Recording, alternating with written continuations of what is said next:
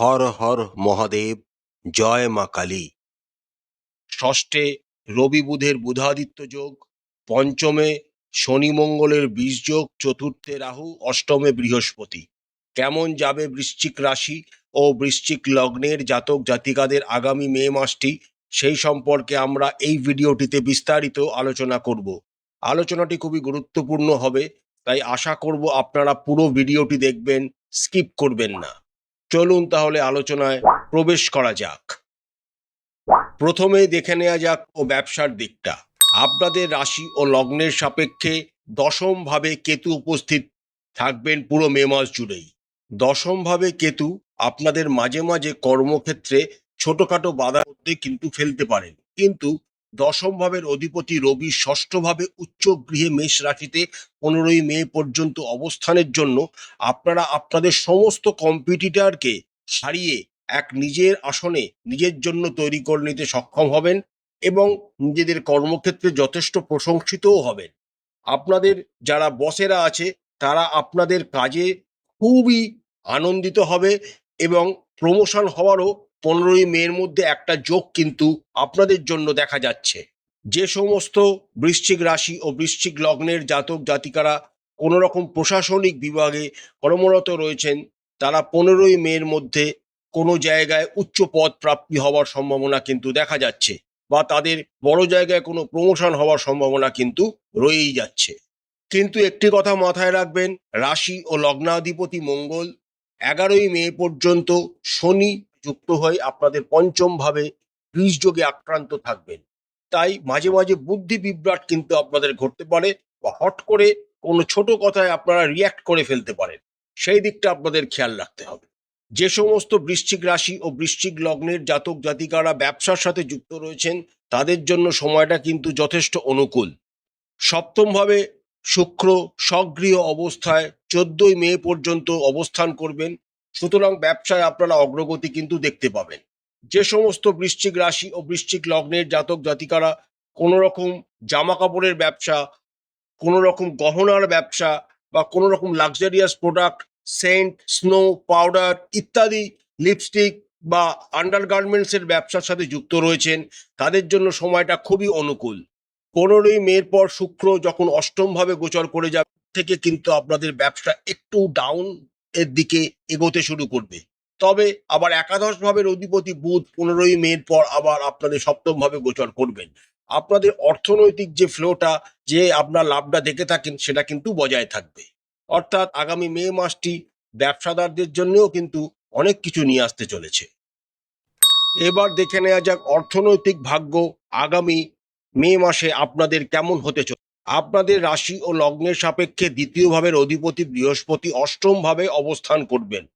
অষ্টম ভাবে বৃহস্পতি অবস্থান করলে কোনো রকম ধর্মীয় কার্যকলাপ, কোনো ধর্মীয় স্থানে ভ্রমণ, বা কোনো রকম কাউকে দান বা খয়রাতি, মানুষের উপকারের কাজে আপনাদের অর্থ ব্যয় হওয়ার সম্ভাবনা কিন্তু দেখা যাচ্ছে। কিন্তু তার সাথে অষ্টমে অবস্থিত বৃহস্পতির সপ্তম দৃষ্টি আপনাদের দ্বিতীয় ভাব এবং বৃহস্পতির নিজস্ব ঘর ধনু রাশিকেই প্রভাবিত করছেন। সুতরাং আপনাদের কিন্তু অর্থের যোগান কিন্তু সবসময় বজায় থাকবে, এবং আপনারা সেই অর্থের যা ব্যয় করছেন, সেই ব্যয় করা অর্থ ভবিষ্যতে আপনাদের চারগুণ হয়ে ফিরে আসবে, এবং আপনাদের অর্জিত অর্থ থেকেও আপনারা কিছু অর্থ জমাতে পারবেন। একাদশ ভাবের অধিপতি বুধ 14-15ই মে পর্যন্ত আপনাদের ষষ্ঠভাবে অবস্থান করবেন। এই অবস্থানের জন্য পরিবারের কোনো লোকজনের শরীর স্বাস্থ্যের ক্ষেত্রে আপনাদের অর্থ ব্যয় হওয়ার যোগ কিন্তু দেখা যাচ্ছে। যেই বুধ মেষ রাশি থেকে আপনাদের ষষ্ঠ ভাব থেকে ট্রান্সফার হয়ে সপ্তম ভাবে গোচর করতে শুরু করবেন, আপনাদের অর্থনৈতিক উন্নতি আরো বৃদ্ধি পেতে শুরু করবে। যে সমস্ত বৃশ্চিক রাশি ও বৃশ্চিক জাতক জাতিকারা সম্পত্তি ক্রয় করতে চাইছেন, তাদের আরেকটু সময় ওয়েট করে যাওয়া ভালো হবে। আপনারা যারা শেয়ার মার্কেট বা মিউচুয়াল ফান্ড ইত্যাদি লং টার্ম ইনভেস্টমেন্ট করতে চাইছেন, তারা 11ই মের পর চেষ্টা করবেন, কারণ 11ই মে পর্যন্ত আপনাদের পঞ্চম ভাবে শনি মঙ্গল অবস্থানের জন্য আপনাদের জন্য ইনভেস্টমেন্ট করাটা খুব একটা শুভ ফল ভবিষ্যতে কিন্তু বয়ে নিয়ে আসবে না। তাই 11ই মে যখনই ক্রস করে যাবে, মঙ্গল যখন সক্রিয় হয়ে আপনাদের ষষ্ঠভাবে গোচর করতে শুরু করবেন, তখন আপনারা কোনো ভালো ফিনান্সিয়াল অ্যাডভাইজারের মতামত নিয়ে অর্থনৈতিক ইনভেস্টমেন্ট করতে পারেন। এবার দেখে নেওয়া যাক স্বাস্থ্যের দিকটা। আপনাদের রাশি ও লগ্নের সাপেক্ষে রাশি অধিপতি মঙ্গল 11ই মে পর্যন্ত পঞ্চম গৃহে অবস্থান করবেন। রাশি ও লগ্নাধিপতি যখন পঞ্চম গৃহে অবস্থান করেন তখন তাকে খুবই শুভ বলে মনে করা হয়, কারণ পঞ্চম ঘর হলো ধর্ম ত্রিকোণের মধ্যে একটি ঘর। কিন্তু সেই ঘরে অবস্থান করছেন এবং 11ই মে পর্যন্ত এই শনি মঙ্গল একত্রে আপনাদের পঞ্চম ভাবে থাকার জন্য আপনাদের পায়ে কোথাও চোট লাগা, কাঁধে চোট লাগা, হাড়ের কোনো জায়গায় চোট লাগা, পিঠে কোথাও জায়গায় চোট লাগা, বা যাদের স্পন্ডালাইসিস আছে বা আর্থারাইটিস আছে ইত্যাদি যাদের রয়েছে তাদের খুব সাবধানতা অবলম্বন করতে হবে। মঙ্গল যখনই আপনাদের ষষ্ঠভাবে স্বগৃহে অবস্থায় গোচর করতে শুরু করবেন, আপনাদের কিন্তু জীবনে অনেকটা স্বাস্থ্যের দিক থেকে আপনারা রিলিফ পাবেন। আপনাদের স্বাস্থ্যের উন্নতি ধীরে ধীরে ঘটতে দেখা যাবে।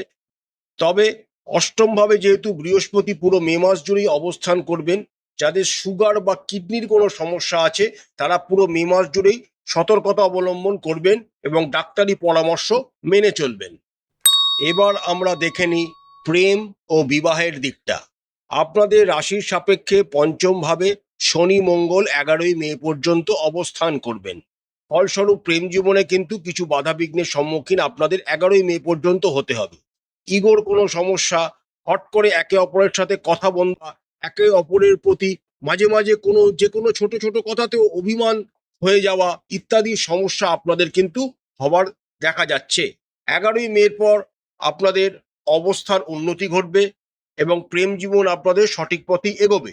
তবে পঞ্চম ভাবে শনি অবস্থানের জন্য এবং পঞ্চম ভাবের অধিপতি বৃহস্পতি অষ্টম ভাবে অবস্থানের জন্য যারা নিজেদের প্রেম জীবন নিয়ে সিরিয়াস নন তাদের কিন্তু প্রেম সম্পর্ক আগামী মে মাসে কেটে যাবে। আর যারা দায়িত্ববোধ এবং প্রেম সম্পর্কে যথেষ্ট সিরিয়াস তাদের সম্পর্কেই কিন্তু টিকে থাকবে। এবার দেখে নেওয়া যাক যারা বিবাহিত তাদের দাম্পত্য জীবন আগামী মে মাসে কেমন কাটতে চলেছে। আপনাদের রাশির সপ্তম ভাবের অধিপতি শুক্র 15ই মে পর্যন্ত স্বগৃহে সপ্তম ভাবেই অবস্থান এবং শনির তৃতীয় দৃষ্টিও আপনাদের সপ্তম ভাবকে কিন্তু প্রভাবিত করবে। অর্থাৎ বলা যেতে পারে মোটের ওপর আপনাদের বৈবাহিক জীবন যথেষ্ট শুভ, কিন্তু মাঝে মাঝে একটু একে অপরের থেকে ডিঅ্যাটাচমেন্ট আপনাদের হয়ে যেতে পারে, তাই সেই দিকটা একটু খেয়াল রাখবেন। আদারওয়াইজ আপনাদের মে মাসের 15 তারিখ পর্যন্ত একটি রোম্যান্টিক দাম্পত্য জীবন আপনারা আশা করতে পারেন। এরপর 14ই মের পর থেকে যখন বুধও সপ্তম ভাবে গোচর করে যাবেন এবং শুক্র অষ্টম ভাবে গোচর করে যাবেন, তখন শ্বশুরবাড়ির তরফ থেকেও আপনারা ভালো ব্যবহার বা ভালো কোনো উপঢৌকন বা কোনো সম্পত্তি লাভ হতে পারে। আপনাদের জীবনসঙ্গীরা যদি কোনো ডিপার্টমেন্টাল এক্সাম বা কোনো রকম চাকরির পরীক্ষাতে এই সময় বসতে চান, 11ই মের পর তারা বসতে পারেন, সময়টা যথেষ্ট অনুকূল। আজকের বিষয় হলো পারিবারিক দিকটা। আপনাদের পারিবারিক দিক নিয়ে কিন্তু আগামী মে মাসে সবসময় চিন্তা থাকবে। চতুর্থ ভাবের অধিপতি শনি পঞ্চম ভাবে মঙ্গল যুক্ত অবস্থায় 11ই মে পর্যন্ত মীন রাশিতে অবস্থান করবেন। তার সাথে চতুর্থ ভাবে রাহু তার নিজস্ব নক্ষত্র শতভিষা নক্ষত্রে অবস্থান করছেন কুম্ভ রাশিতে। সুতরাং পারিবারিক অ্যাটমসফিয়ার কিন্তু খুব একটা ভালো যাবে না। তবে যারা বাড়ি থেকে দূরে থাকেন তাদের পারিবারিক অ্যাটমসফিয়ার কিন্তু ভালো হওয়ার সম্ভাবনা দেখা যাচ্ছে। চতুর্থভাবে রাহুর অবস্থানের জন্য সবসময় বাড়িতে কোনো বিষয় নিয়ে বাদ বিবাদ, একে অপরের সাথে মতপার্থক্য, কথা কাটাকাটি কিন্তু লেগেই থাকবে। তার ওপর দ্বিতীয় ভাবের অধিপতি বৃহস্পতি ও অষ্টমেশে একটি প্রতিকূল জায়গায় অবস্থান করছে। একটিই খালি অনুকূল দিক, সেটি হলো বৃহস্পতির সপ্তম দৃষ্টি দ্বিতীয় ভাবে থাকার জন্য আপনাদের হয়তো যে কাটি বা যে ঝামেলাগুলি খুব বড় আকার ধারণ করবে না, কিন্তু কথা কাটাকাটি, সমস্যা, বিবাদ, একে অপরের সাথে মনোমালিন্য পুরো মে মাস জুড়েই আপনাদের কিন্তু চলতে থাকবে। তার সাথে চতুর্থভাবে রাহু অবস্থানের জন্য মায়ের শরীর স্বাস্থ্যের প্রতি বিশেষ নজর দিতে হবে এবং পিতার শরীর স্বাস্থ্য দিকেও নজর দিতে হবে। পিতার কোনো ধরতে না পারা রোগে আক্রান্ত হতে পারে, তাই ভালো ডাক্তারের পরামর্শ নেবেন। দাদা দিদিদের সাথে সম্পর্ক আপনাদের মোটামুটি শুভ বলা যেতে পারে। 11ই মের পর দাদা দিদি ভাই বোনেদের সাথে সম্পর্কের উন্নতি ঘটবে বন্ধু বান্ধবদের তরফ থেকে আপনারা মে মাসের দ্বিতীয়ার্ধে বিভিন্ন ধরনের সাহায্য এক্সপেক্ট করতে পারেন। প্রতিকার প্রতিকার স্বরূপ আপনারা রাশি ও লগ্নাধিপতি মঙ্গলের বীজ মন্ত্র প্রতিদিন 108 বার করে জপ করবেন। হনুমান চালিসা প্রতিদিন পাঠ করবেন। বজরংবলীর মন্দিরে প্রতি মঙ্গলবার করে পূজা দেবেন। প্রতিদিন সকালবেলা স্নান সেরে সূর্য দেবতাকে জল নিবেদন করবেন এবং আদিত্য হৃদয় স্তোত্রম অবশ্যই পাঠ করতে আপনাদের অনেক উন্নতি হবে এবং অনেক বাধা থেকে আপনারা মুক্তি লাভ করবেন। আশা করছি আজকের ভিডিওটি আপনাদের ভালো লেগেছে। মা কালী আপনাদের মঙ্গল করুন। আপনাদের সমস্ত মনের ইচ্ছা ও মনস্কামনা মা কালী পূরণ করুন। আমাদের কন্টেন্ট যদি আপনাদের ভালো লাগে তাহলে অবশ্যই চ্যানেলটিকে লাইক করবেন, শেয়ার করবেন, সাবস্ক্রাইব করে আমাদের চ্যানেলটির পাশে থাকবেন। হর হর মহাদেব, জয় মা কালী, নমস্কার।